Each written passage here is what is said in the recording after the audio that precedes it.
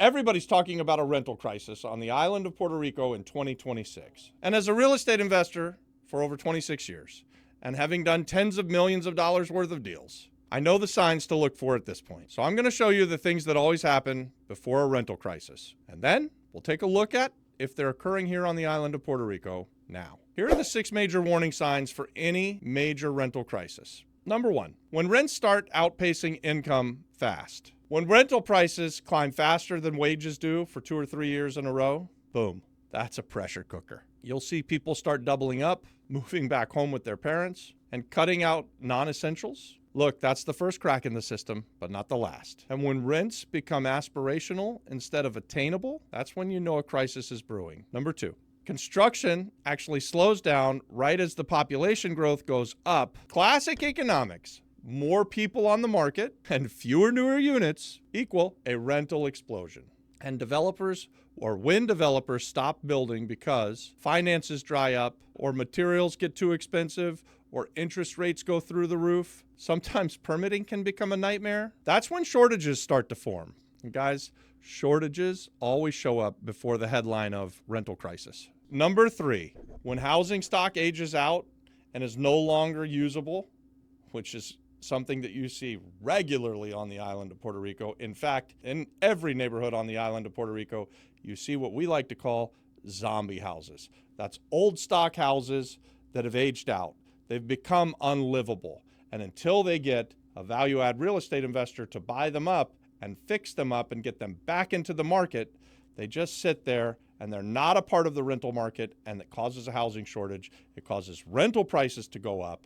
It causes big problems. And when you see that, what happens is the bottom of the market starts to evaporate because the people that are going to go in and renovate properties, they don't want to rent them to the bottom of the market, so they rent them to the top of the market, and then you have a problem, at least until you can fix the housing shortage. Guys, this is why real estate investors sometimes get a bad rap, because there's a housing shortage and they come in and they renovate properties and then they rent them at a higher price maybe than what other properties that haven't been renovated are renting for. People call that gentrification. They think of it as a bad word and they blame the real estate investor. But really who they should blame is the whole market. And number 4, you can get a rental crisis when you see tourism demands start to outpace regular housing demands. Here's the real issue. Who is the market now serving? Is it homeowners or is it tourists? You see, when landlords can make 3 times the amount of money by providing short-term rentals versus long-term rentals, what happens? You'll see inventory shift to the more profitable structure, and that causes a rental crisis. Number 5, the shadow markets grow. This is stuff nobody talks about. People living in unpermitted units. Maybe we're talking about garages, back rooms, illegal additions. You know the ones, those houses where they're stealing power from the neighbor. Sometimes you'll even see multifamily houses turned into like dormitories where they're just renting things out by the room. When you start to see a lot of this stuff, that means that the regular market has crashed. Guys, this always comes right before a public rental crisis. Number 6, let's talk about government programs that create artificial demand or choke supply. This could be subsidies expiring, FHA or VA delays, or the dreaded rent freeze. That's happening in New York City, I think, right now. It could even be permitting backlogs or zoning bottlenecks. Anytime the government gets in the way and impacts the natural flow of supply and demand, rents will go crazy shortly after. Now let's talk about it. Are these things happening on the island of Puerto Rico right now? Put it in the comments. Let me tell you, I'm seeing some signs on the island of Puerto Rico that many people in the mainland miss. The first thing I'm seeing on the island of Puerto Rico, rents outpacing income. Guys, this is absolutely happening.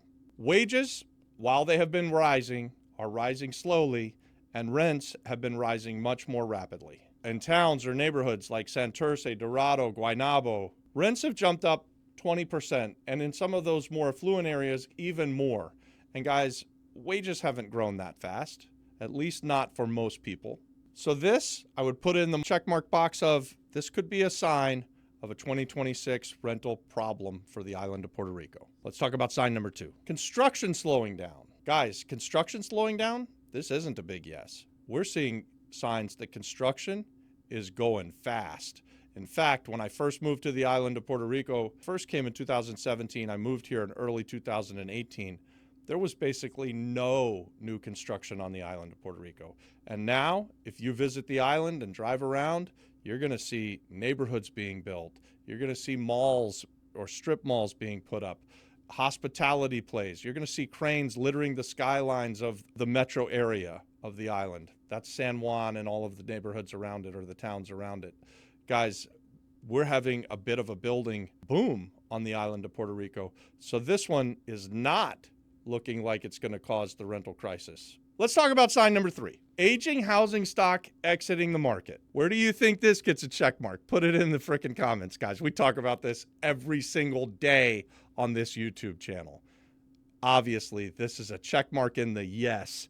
We have tons of housing stock that has aged out and is no longer livable. We call them zombie houses, and that's probably why you subscribe to the channel, is because we go in and renovate these zombie houses and make them the nicest house on the damn block and then put them back in the market. But here's the thing.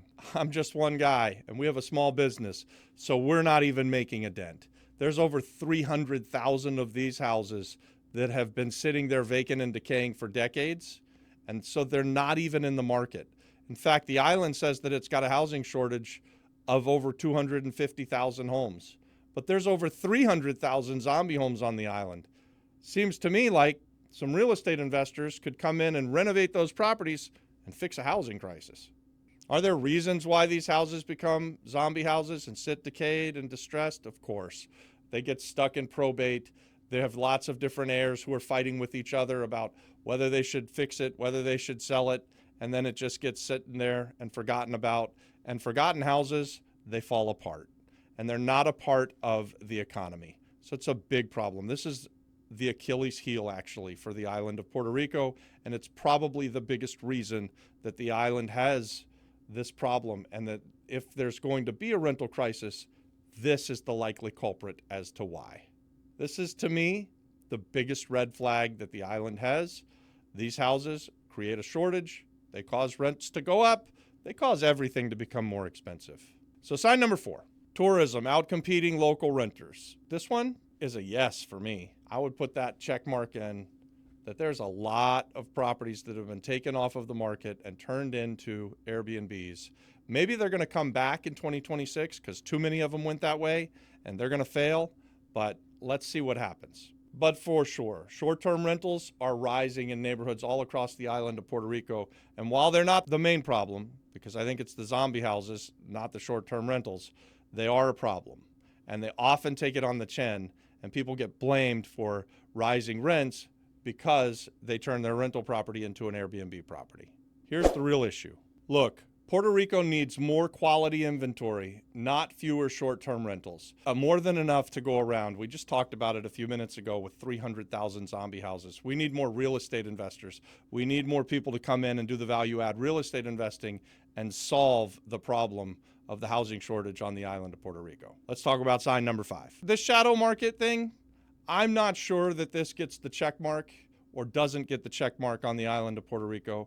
I've renovated a lot of houses, and I've bought a lot of distressed houses. I'll tell you one thing that I haven't seen. I haven't seen a lot of garages being converted into bedrooms and then rented out to the neighborhood. I think that's happening in other parts of the world more than it is on the island of Puerto Rico. Probably that's because the island of Puerto Rico has such a high percentage of people that want to be homeowners, and there's less of that than there is in other markets. I'm not really sure. Maybe you see this and the shadow market is happening. Maybe you think the rents have gotten so high on the island of Puerto Rico that you're seeing families double up in single family homes and converting garages or making illegal additions to homes. I haven't seen that as I've been here over the 7 years, at least not at a rate that's super alarming for me. But let's talk about it in the comments. What do you guys think? Moving on to number 6, government programs impacting supply. Does this get a check mark for happening on the island of Puerto Rico or not? I'm going to say partially yes and partially no. And here's what I'm thinking, guys. It's hard to get permits on the island. There's lots of land on this island that's not allowed to be built on for one reason or another, whether it's too close to the coastline or it's got a zoning that's agricultural and isn't easily changed to something where someone could come in and build a neighborhood. There's a lot of reasons why it's difficult in certain areas to build new neighborhoods. However, I have to also give the island the benefit of the doubt because they are trying to attract new homes. They are offering 0% tax on long-term rents. So they do encourage people to go out and find those buildings, especially inside the core part of the municipality. And in these zones, they've got things like Act 182, where if you can renovate 7 units or more, you can get 40% tax credits back and only pay a 4% corporate tax. Also, if you rent on the island long-term rents, just on a house, even a single family house or a condo or a multifamily, and anyone can do this, they'll let you collect that money tax-free, and all you got to do is fill it out on your Puerto Rico tax return as exempt rent. So permitting is hard, zoning can be difficult, maritime zones can be especially difficult to keep people from building new housing stock, but they encourage it and they incentivize it. So if you become a real estate investor on the island of Puerto Rico, I think you get a little bit of both. You get some of the difficulties of having to deal with the government, but if you can get through the difficulties of dealing with the government, the island loves to reward people who are providing housing. And here's another question. Is Puerto Rico headed towards a rental crisis? If nothing changes, it seems like it is. Puerto Rico could absolutely hit a rental crisis if we continue to have a 250,000 house shortage. Puerto Rico could absolutely hit a housing crisis if some of these zombie houses don't get bought and fixed up and put back on the market. But there's also a path forward. There is an end in sight. If you, the local real estate investor, can go out and buy up some of this existing stock, these houses that sit there that could solve the problem, they just need a real estate investor superhero like you, the local real estate investor, to go out and make the deal of a lifetime. That's why you watch this YouTube channel. You want to be a real estate investor? Maybe you're a part of our Flip-Flop Flipper community. Maybe you're a finder, a funder, or an operator. We talk about all three of these business models.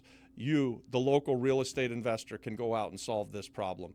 And if you're seeing our videos for the first time, well, give the video a like, subscribe to the channel, comment yes, and join our free community, the Flip-Flop Flipper Real Estate Investing Community. And let's go do some deals together, guys. Watch this next.